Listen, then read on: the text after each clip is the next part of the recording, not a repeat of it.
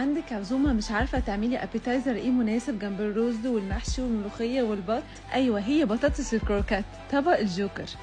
لا ما تقلقيش، انا هقولك على التريك اللي هتخليها ما تفكش منك تاني ابدا. هنجيب بطاطس ونسلقها ونهرسها كويس قوي وهي سخنة، هنحط عليها البقدونس والثوم والبابريكا والفلفل والملح ونقلبها كويس، وهنحط عليها شوية لبن بسيط لحد ما نظبط قوامها. بعد كده هنغطيها ونحطها في التلاجة لمدة ساعة. بعد كده هنجيب 3 بولات، واحدة هنحط فيها بيض ونرش عليه شوية ملح وفلفل اسود، وبولة هيكون فيها دقيق، واخر واحدة هيكون فيها بقسماط ونشا، ونقلبهم كويس. انا كنت مجهزة حشو لحمة مفرومة، حشيت الكور لحمة مفرومة، وبعد كده بحطها في الدقيق من غير ما اقلبها خالص، بحط الدقيق فوقيها وبعد كده اقوم حطها في البيض، ومن البيض ارجع احطها تاني في البقسماط والنشا، وما اقلبهاش خالص غير لما اتاكد انها مسكت معايا واتغطت بالكامل. وبعد كده ارجع احطها ترتاح تاني في التلاجة لمدة ساعة قبل القلي.